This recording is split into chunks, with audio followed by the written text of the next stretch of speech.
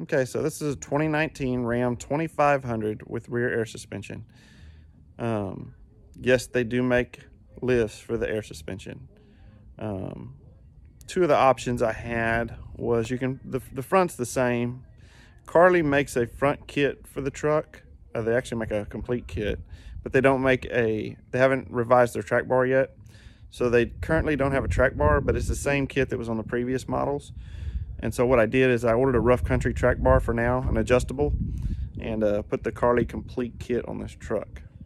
Now I reached out to another company that actually is a Carli dealer, and I purchased this kit. And what they offer is they actually build themselves a lift for the air suspension in the rear. Two options I had was to use that one or use the BDS. BDS also said they would break out the boxes and just sell me the rear suspension for the air, since it's the same as the previous model. I went ahead and wanted to go with the Carli and put the Carli system on, and went with the air suspension that they offered at this dealer, and I'll post their name in the comments below. So I do a lot of highway driving, and I went with the Carli commuter kit. I think it's the 3.5 kit, which is about I think it's 3 to 3 1/8 or 3 to 3 1/4 total lift. Does come with the Fox shocks, as you can see. And then I went ahead and got the Carli arms. You can use your factory arms if you would like. I just like the look of the Carli arms, and they give you a little more turning radius. If you look at it, instead of your tires rubbing on those arms, I'll go with the extra wide tire. You can see how they're shaped in where your tires may rub your factory arms. The tires and wheels, I actually went with the Nitto Ridge Grappler, and these are the 325/50 22s. They equal about a 34.8, but they're almost a 14-inch wide. And I've done the 22/12 wheels before, and they just stuck out a little further than what I wanted them to, but I like the wide look.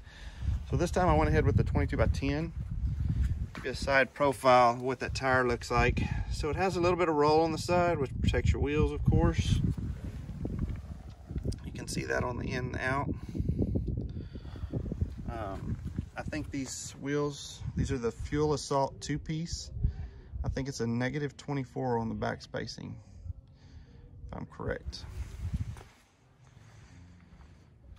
So that's what the front kit looks like with the arms. Move around to the back. And if you look, they actually provide the adjustable links for the sensors, which will save you the math. It's 9 1/4 inches on a 2.5 inch spacer that we put on the, we put a 2.5 inch spacer above the airbags. And so that's a 9 1/4 inch rod is what it needs to be to adjust for that, to be within specs of the ECM, not throwing a code. Fox shocks on the back. You can see the bags. Let me see if I can get under here. I'll show you the spacer on top of the bag. You can kind of see them up there. It's kind of hard to get up there. But you basically pull the lines off, deflate the bags, and then that's the track bar bracket that's standard on the coil spring lifts. It's a little bit different. I think it's a little bit shorter. And then the sway bar links that come with the Carli kit. Not much to the back. Then get back out around the rest of the truck.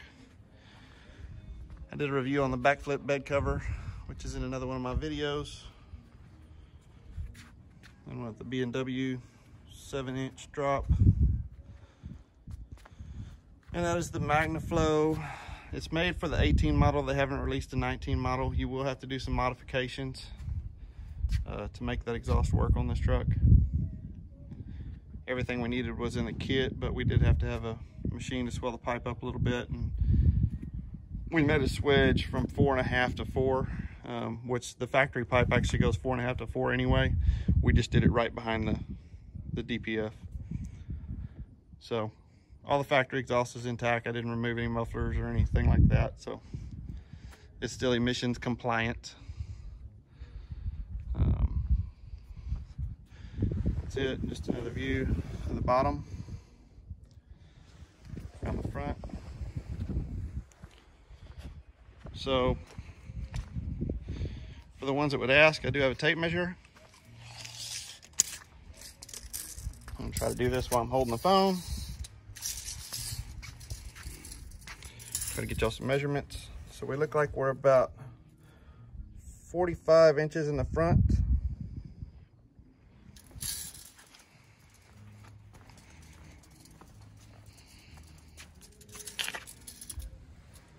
And we're about 45 1/4 in the back. Sorry, move my phone over. The alternate trailer height still works fine. It'll still drop down 3/4 of an inch when you push the button. And then the bed lowering still works also. It'll drop down about, I guess, 2.5 inches with the bed lowering and the deal to hook up the trailers.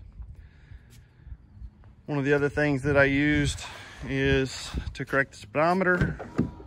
I used it on my half ton. It worked just fine.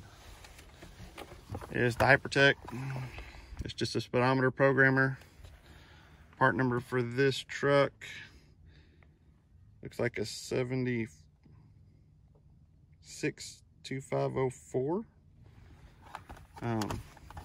It takes about 5 minutes to program the tire size. I put in 34 inches and it was exact with GPS with no problems.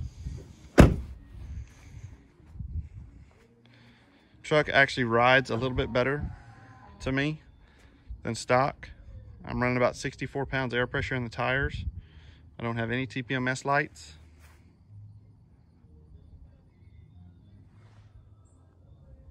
This is the rough country track bar, which when Carli does release theirs, I'm probably going to replace it.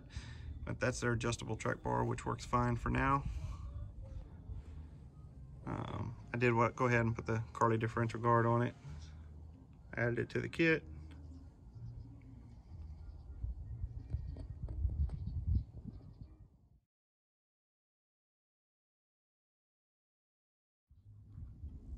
And there's also some small plastic pieces. This is them. Actually screw on the bottom down here. It's a paint protector. You'll have to remove those. They rub on those pretty bad. Beyond that, I get just a little bit of rubbing at full lock. If I did a little trimming, I could probably take care of that. But if you went with a 35-1250, you wouldn't have any of that. One of the problems you'll find is these 2500 and 3500, the payload ratings. You know, you can put whatever you want on there, but you know, for a tire company to put them on there for you, the 35-1250 does not hit the load rating for the 3/4 ton. So you have to go to a 20-inch tire or 20-inch wheel to do the 35-1250 or to have more options in tire sizes. Basically, when you get into the 22-inch with the payload ratings, if you want to do it by the book, you're going to have to you either have to go with this 325, which is a 34.8, or you'll have to go into a 37. Not a lot more options in the 22. Two things when you lift these trucks is do not disconnect the batteries on them. Go into the suspension settings and put them in tire jack mode. It'll disable the system, and so then you can put the lift on until you cycle the key switch on again, and then it'll come back on. The reason I say that is I've done it once on my half ton, and then we did it on this truck again, and we disconnected it. All my suspension settings went away, all my apps went away, the backup camera, all the 360 tow cameras, all that stuff quit working. Actually, I had to go to the dealer and had to reset the display. I tried to disconnect the batteries again, hooking them back up. It didn't find all the equipment, so had to do a dealer reset because we disconnected the batteries. So I would avoid disconnecting the batteries if you can, at all costs when putting the lifts on. The other issue that you'll have is when you lift it, it will turn the steering wheel. If you start the truck or drive the truck before you straighten the steering wheel by adjusting the linkage, it will make your electronic stability control light come on. So that light came on. I was like, why is this light on? I tried to clear it. It popped back up. I couldn't get rid of it. I just didn't think about it. Adjusted the steering rack. As soon as I straightened the steering wheel up, light went off like in 2 seconds. So that's another thing you'll run into when you lift them. So just want to let you know, give you a heads up about that.